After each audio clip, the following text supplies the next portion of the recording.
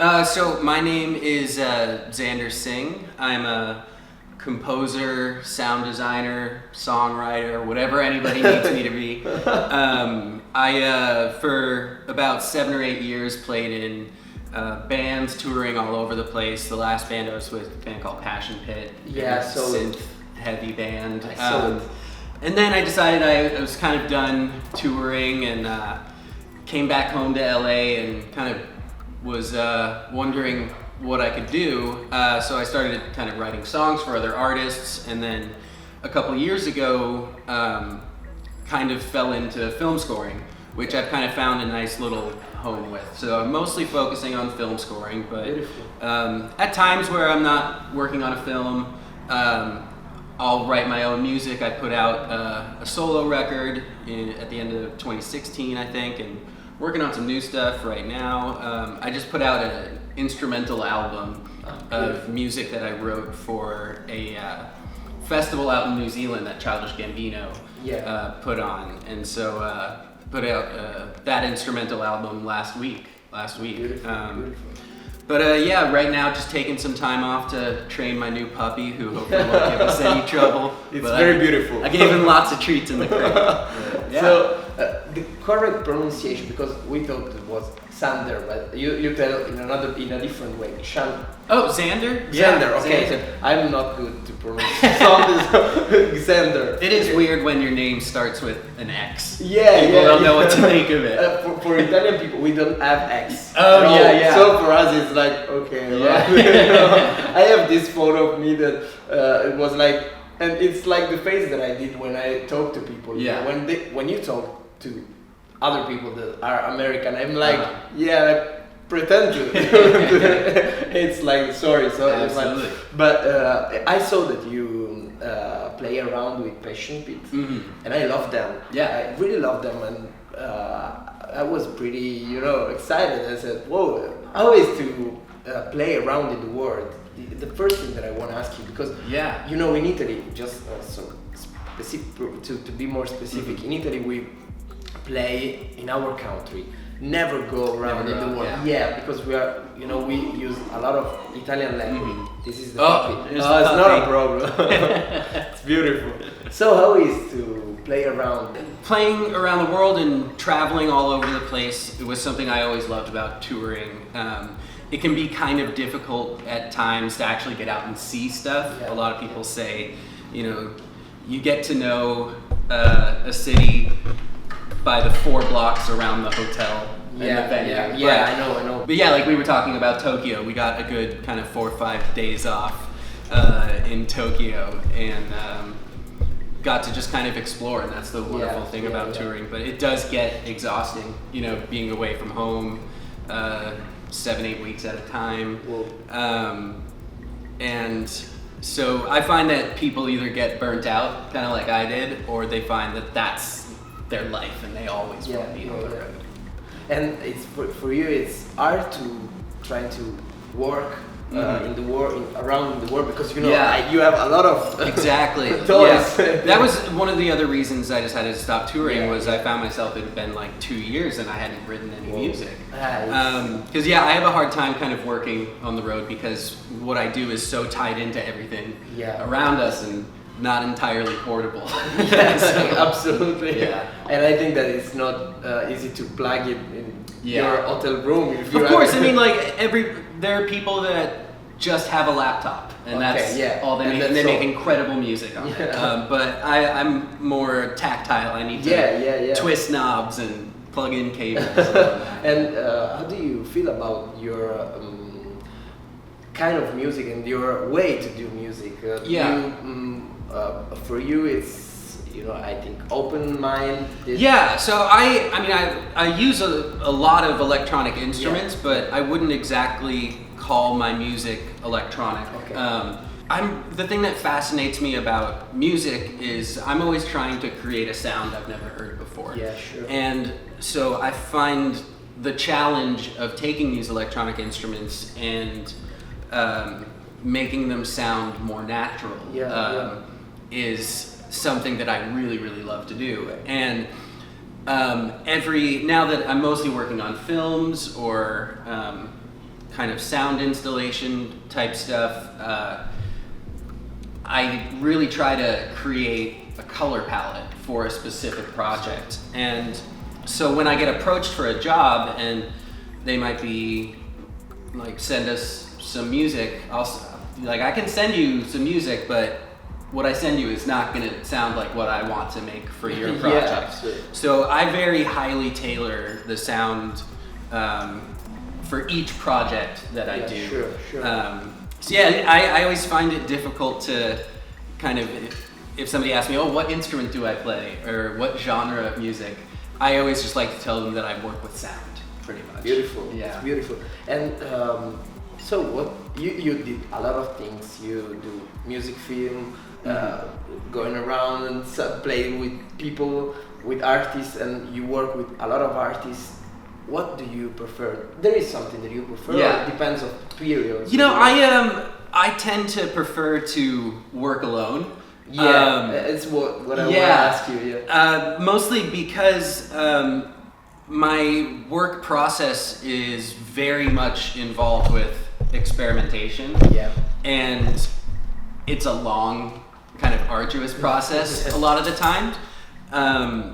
So having somebody else in the room or like looking over my shoulder can kind of stress me out, because I can create a bunch of nonsense for 5 hours, but in the 6th hour is where things come together. Yeah. So I really love collaborating and working with other people, but it's a lot of uploading files and sending people links and sharing sessions and stuff. Absolutely, I can feel you. Because I used to work with people the most of the time, but I think that, I don't know if you agree, but there's something, I tried a lot of samples, and I love what you say about trying to have your own sound. It's like I used to sample around the world, and I love to take long notes of things, like metro doors, or to do my own scene. Kind of found sound stuff. I think that is something that I really love. So sometimes when I'm with people, I try to use and trying a lot of sample, and people says like, that one, and I said, wait, I need to understand me before understand. I don't know if you agree with this. Absolutely. I do a lot when I do, especially film scores. I mostly use software instruments just for the sake of ease of editing and revising. If a director is like, I love this, but can we just take out that one note? I don't want to have to re-record everything. But a lot of what I use, like the modular stuff for, is I will kind of in the early stages of scoring do a lot of experimentation with this, and then I will sample from it. So I will throw all the audio into like a software sampler. And that's, I find, a really good way to resample everything. Yeah, to get unique sounds, stuff that nobody else has. So that's kind of how my take on sampling. I would love to do more of what you do, like go out in the world and record sounds. Actually, for the last song on my solo record, it ends with kind of solo piano line, and then kind of crowd sounds of a bar. So beautiful. I kind of felt it was like a movie scene, and the closing was me playing at this piano bar or something. And so I went to one of my favorite bars down the street and just set my iPhone on the table and just recorded, and the sounds of glasses clinking and stuff like that. So yesterday I did something really similar to this. There was three persons, a girl and a homeless, I think, in a Starbucks, and another guy that works there with the girl, and they begin this conversation. I can't really understand everything they said, but it was something really poetic. And I have this Rhodes part in the instrumental that I did for LA, and they were perfect. And I take my Isotope Spire studio, I don't know if you know them, and I put there and I record it, but there is the volume, you know. Yeah. And it was like, I hope that they don't know that I'm with the headphones. But I think that it's something really movie, really filmic. Yeah. To record people and try to do text with music. Absolutely. So how is to work in a soundtrack of a film, and what are your inspiration? Why it's great. You know, I think there are a lot of film composers now that started in bands or writing songs, and it's leading to more experimental and non-traditional film scores. And this is my new studio assistant, George. Georgie. And so for me, you know, I grew up with, you know, more traditional orchestral film scores. And when I heard the score for The Social Network that Trent Reznor and Atticus Ross did, I was like, oh, this is just like electronic music. And maybe I could score movies, you know? And so that's what kind of got the idea in my head that I could score films. And then when I started doing it, I found that it was kind of my favorite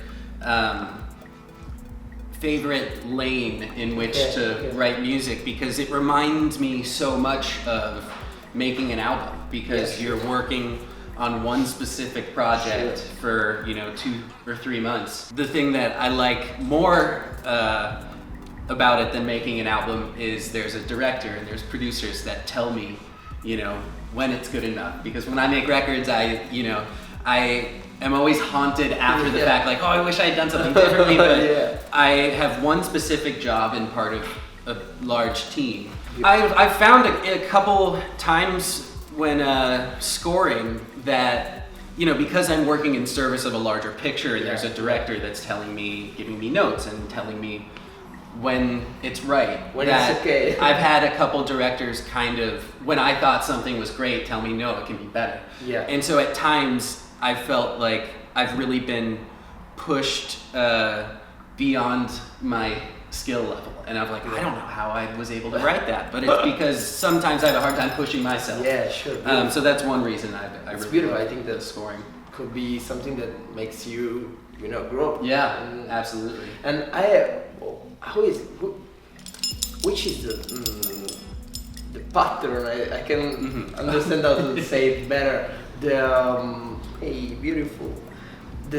process you create a film, a movie, a soundtrack of a movie. Yeah. I'm really fascinated about this world. I love George Delerue because I'm in love with novel bag. Absolutely. So, you know, and I've always said that I need a girlfriend that is half novel bag, half curry chicken. Something really. So I love George Delerue. And how is the process? You have a reference, or generally I'll meet with the director and talk about what they want the score to sound like. If, you know, the score needs to kind of help tell the story, or if it just needs to kind of set a tone. Okay. And so generally I'll sit with the director and we'll watch the movie, kind of figure out where the music should be, where it shouldn't be. So the movie came generally first. Finished, yeah. The score is generally one of the last things to do. And so after we figure out where we want the music to be, I'll kind of just start writing what I feel is right for the film, and I call that kind of gathering my color palette of sounds to work with. Beautiful. And then you just get writing and get a lot of notes back. There's a lot of revisions, and then eventually, when everything's done, it's onto the mix, and then my hands are clean. Okay, but you compose with the scene when you sing. Yeah. The scene, or no? Yeah. So I always like to work to picture. Okay. So, for instance, I'll have like my Logic session or Ableton session here, and then the movie is here. right here. Okay, beautiful. Yeah. I'm interested, and I love this because you know, when I do my project, these projects afterward, I love to be on the street. Yeah. I'm working on the street because I need to see the people. And it's kind of the same thing. I think that it's the same. It's more maybe analogic. Yeah. You have a lot of analogic stuff. So I don't want to offend you. No. I don't want to. Yeah, it's like But it's something. I don't have maybe a screen, but it's a movie. Yeah, it's like the classic idea of the person in a park with an easel painting whatever they see in front of them. Sure. Yeah, it's something really similar. So I really love. I'm really interested and I love movies. So so for me it's beautiful. And how is the work with Childish Gambino? It's great. So I kind of got linked into that whole world because we had the same manager. Okay. And so when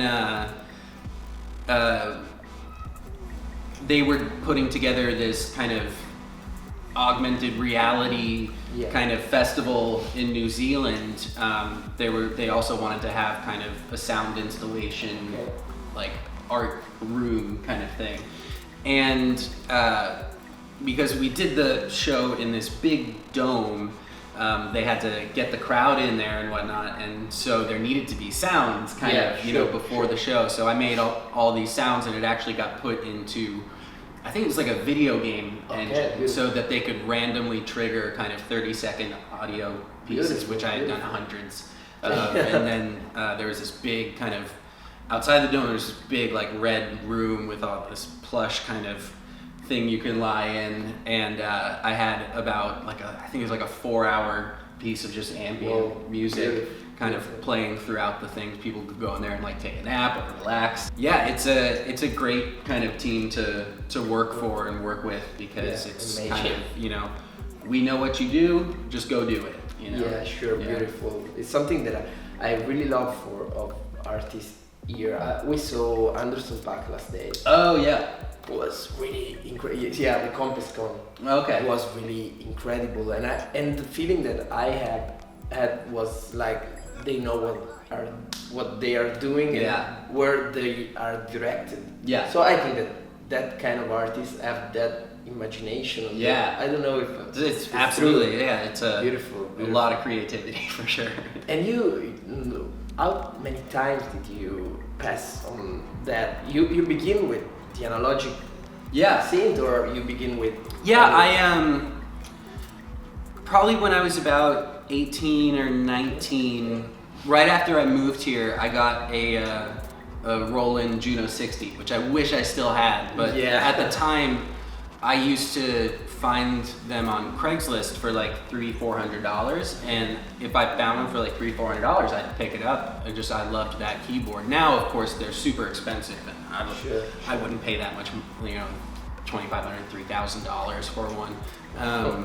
But then the big thing was shortly after that, I remember seeing Radiohead on Saturday Night Live, and they were playing Idiotech, and Johnny Greenwood had this big box with all these knobs and those matching cables, and I was just kind of, what is he doing? What is that? And so I started to research it, and I was like, oh, a modular synth, I've never heard of that. And so I, after lots of research, I bought like a case, and every time I got a little money together, I'd buy a new module, and I used to have a system like 4 times as big as this, but now, and I used to have like 16 keyboards on the walls, but now I whittle things down to just what do I really know well and use all the time. But from there, I just got obsessed with not even just analog stuff, just strange digital stuff, like this Ensoniq ESQ rack is kind of like a wave table thing from like the late 80s, early 90s. Beautiful. And this small thing, the Yamaha TX81Z, is kind of like a DX7 in a rack unit. Beautiful. I love these. Yeah, it's famous for this one preset called Lately Bass, which is like the 90s house, like plucky bass sound. Beautiful. And I got that thing for like $90 or something. Beautiful. And I use it all the time. Beautiful. But I find anything that I can use to really kind of create unique interesting sounds is really what I gravitate towards. So, especially the modular stuff, it's every time I start patching with it, it's a sound I've never heard before. And when you pull the cables out, no one's ever going to hear it again. Exactly. I think I have a Prophet. Yeah. And I have Korg with the vocoder Korg. Oh yeah. So for me, I really love to understand analogic things. Yeah, so I have the Prophet 082. It's one of my all-time favorite keyboards. Beautiful. At this point, it's like one of the older ones that Dave Smith makes. Beautiful. But I just love it. I think when I see people using them, they kind of underutilize what you can do with it. There's so much opportunities to modulate different parameters. Yeah, There's a lot under the hood there that I think it's a very, at times, underrated keyboard and overrated keyboard, because a lot of times I feel like people don't use it to its fullest extent. I am one of them. I am absolutely one of them. Yeah. Because I buy it because I needed to choose between a Telecaster and that one for my birthday. It was a gift that I this you can only gift and choose this for yourself with your money. So it was my birthday and 3 years ago, and I said, okay, let's try. Let's try something. And I began to try in the shop, and I said, okay, it was incredible. That is incredible. And I bought. Yeah. And after 3 years, I bought a Telecaster too. Yeah. Some months ago, I had a SG. Okay. Yeah, in that time I still have it, but and I begin to trying to use it, and the first month was like, oh, it's incredible, but then was I don't know, maybe a little hard to insert the Prophet in what I did, and I'm trying to understand it, and I really wanna work with. Definitely. I mean, there's for different, equipment. There's really, I think, a time and a place in a project for each one of them. Sure. So, for instance, there's a movie I scored last year called After Everything, and the SH-101 was all over that score. But I haven't really used it since. And the last movie I did was kind of like a horror thriller kind of movie, and the Oberheim was a critical sound that I made that reoccurs throughout the whole film. And of course, there's no presets on that, so I had to leave it like that for like 3 months. So that, I mean, it's an example of different instruments being right for different either projects or kind of times in your life. Like the first instrument I ever started playing was guitar, and nowadays I'll maybe use it once a year. Or something like that. I know. Me but too. when you need to use it, it's good to have. It's perfect. Yeah. Me too. I begin with guitar too, and there's for a lot of years I really used it. I used guitar. Really everything, everywhere. It was like, okay, guitar. After some years, the production work is not like musician work, I think. The musician work is so specialized in one thing, and it's like, I want to play every day and every moment. I try to, follow the wave of my brain.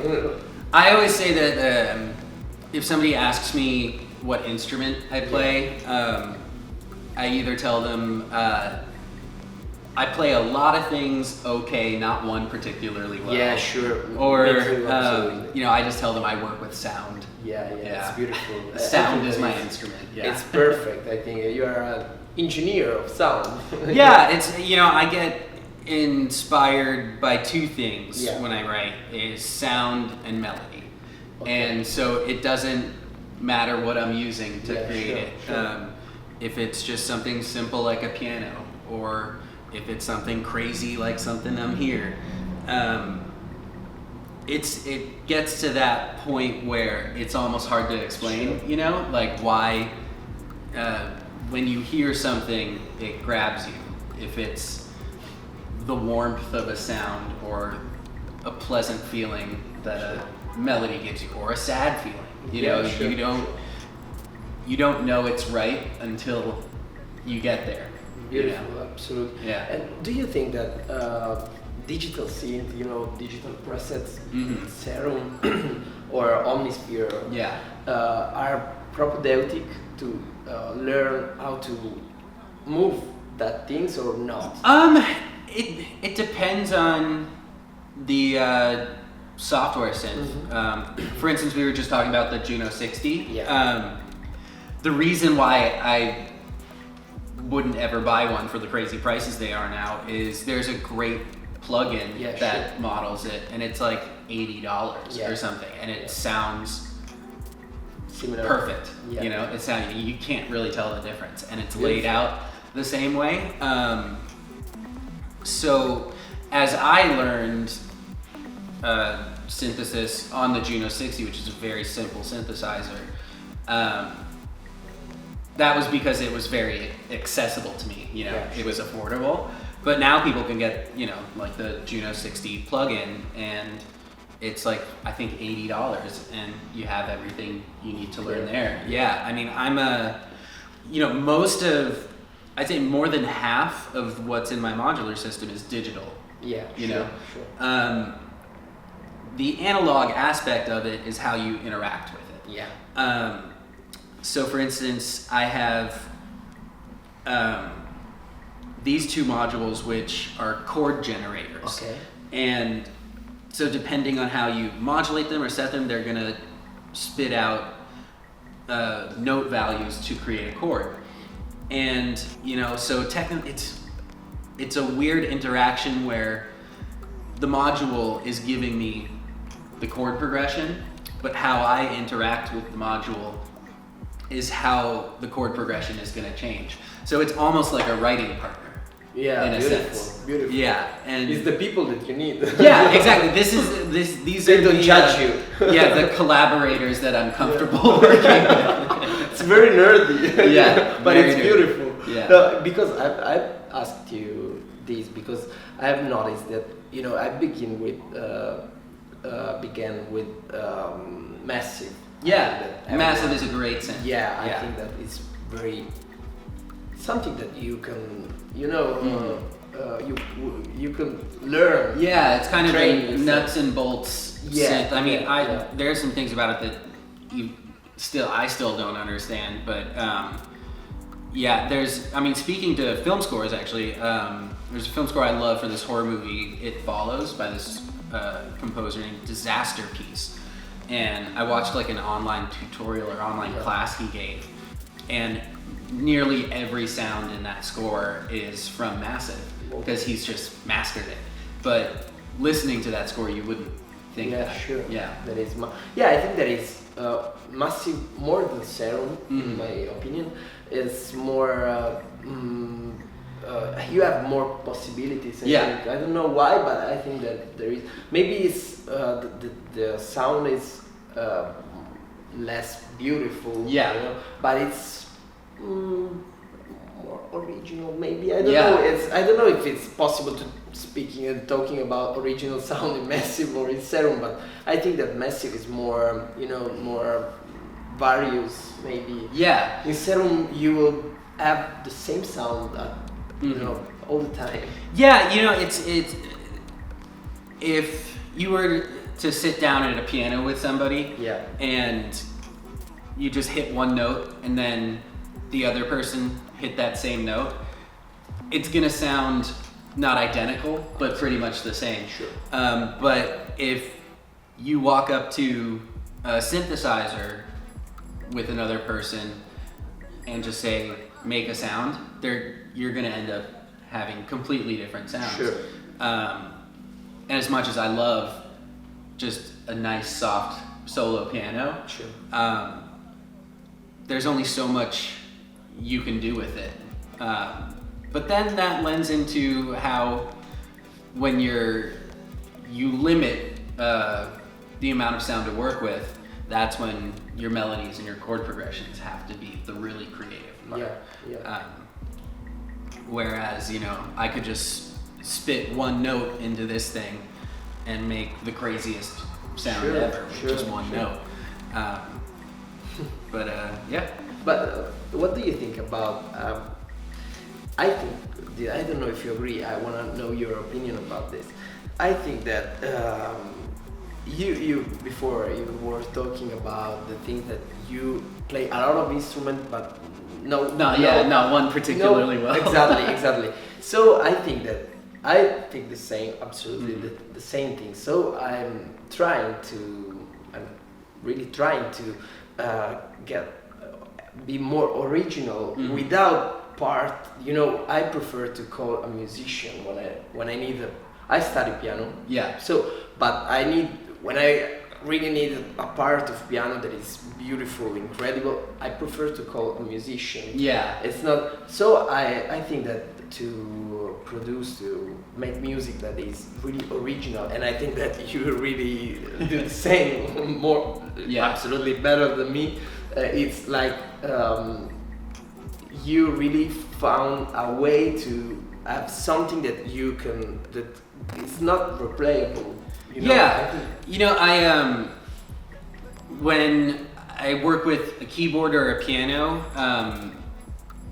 sometimes friends, because I'm not classically trained in anything, sometimes friends would be like, oh, how did you get to that voicing of a chord? That's really strange or non-traditional. And I'd be like, I don't even know what a chord voicing is. I write with my ears, Okay. So if I sit down at a piano, I'm gonna just be playing notes until my ears tell me, oh, I like that. That's okay. And so every time I sit down, it's not like, okay, well, this is a C chord and this is how I learned how to play it.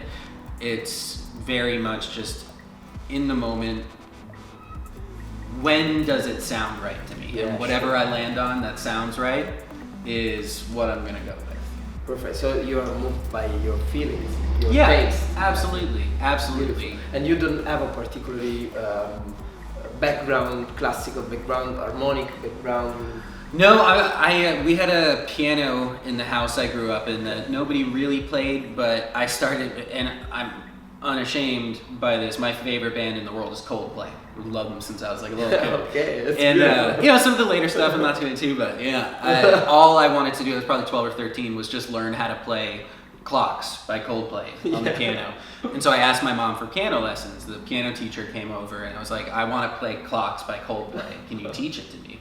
And she was like, no, well, we have to learn the names of the notes and whatnot. I was like, I just want to play the Coldplay song.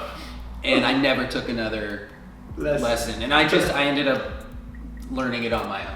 It's beautiful. Why not? You want to learn Coldplay? Yeah, I was like, I know what the melody is. I'll just figure it out on my own if you're not going to teach it to me. I don't want to learn the basics. I want to learn the Coldplay song. And so that's kind of... And then, of course, like, the early songs I wrote in, like, high school on the piano, they all resembled... kind of Coldplay-ish chord voices and whatnot, because that's how I learned how to play piano, was by trying to learn Coldplay. I think that this is your when you are moved into the direction that you love, I think that this is your. So I think that it's perfect. And what are your suggestions? If you could say something to people that wanna begin something like this, and in Italy, I think that. We don't have a lot of producer, beat maker. I don't know. It's so hard to define us, I think. But people that work with sound. So, which could be your suggestion? How do you begin with this? I don't know, something like that. I mean, we're in a really kind of amazing time with, especially electronic music equipment, where there are some really amazing entry-level instruments. I mean, the one that pops to mind is the Behringer Model D synth. It's like $300, and it's a replica of the Moog Model D, like one of the first ever kind of keyboard synthesizers, and it sounds incredible, and it's that's a great entry point. I mean, there's a lot of kind of, especially particularly for analog stuff, kind of under a $500 price point. There's tons of great equipment. You know, I don't have anything that's, you know, particularly crazy expensive. You know, you know, like Moog just put out their polyphonic synthesizer, and it's like $9,000. Like, it's great. I would love one, but you know, I don't need it. You know? Sure. I would say especially a great way to learn electronic music instruments is really just with software. You know, just getting a Ableton installed on your computer or Logic installed on your computer. Everything you need is right there. But also a huge resource that I use all the time is YouTube. I watch a lot of YouTube tutorials. You know, if I get a new plugin or a new keyboard, there's gonna be some kind of tutorial on YouTube. That's really how I've learned a lot of stuff. I think I try to tell something about this that I want to share to you. That for me, I'm in the years that pass, you know, I'm getting so lazy with YouTube, and I'm so disappointed with me because you know, all the tutorials are in English. Oh, for us it's not easy to learn. We have some Italian tutorial, but I am one of the kids that do it, the guys that do it. So you know, I can learn by myself again. You know, it's like you know, the routine is so. So I think that is horrible for us is that we need to improve our language, our you know, because I think that English and American people have these beautiful things that are a lot of people in the world. Your language is so you know, connected, and it's beautiful. And I think that for the people that are listening this interview, that the thing is, don't be lazy with language. You agree with me? I mean, it's a problem. Especially, I mean, the best way to learn anything is just, I think, to experiment. Just get your hands on a knob, turn it, see what it does. Or if you're working, you know, software, get your mouse pointer, you know, get off of just turning the filter up and down, see what, you know, changing an envelope does. You know, I mean, I've always learned from experimentation. I mean, the first thing I do when I get a new piece of equipment is throw the manual out. Like, that's just not how I'm programmed to learn. You know, for, you know, my dog George, I don't want him going upstairs, so I got this kind of baby gate thing on the stairs, and it came in all these pieces, and I took one look at the manual. I was like, that's not how I learn. So I just looked at the picture on the box and tried to put it together, and got it together eventually. But that would be my advice, is just start turning knobs, you know, get your mouse pointer on the screen and just click away, and just really use your ears to learn what anything does, and then you'll slowly begin to figure out how you want to use something. You know? Beautiful. Thank you very much. Yeah, of course. Thank you for everything, and thank you for the interview. It was very beautiful. If I want to ask you one last thing, if you have some, you know, I did do these things with everyone. No, I really love to learn and listen to music that I will, in Italy, without your suggestion, I will never listen to. So if you have some suggestions, like an artist? Artist. You can. I got one. Okay, I wrote it. Okay, I got one. There's a Swedish artist that surprisingly, like, most people I talk to have never heard. Like, he's.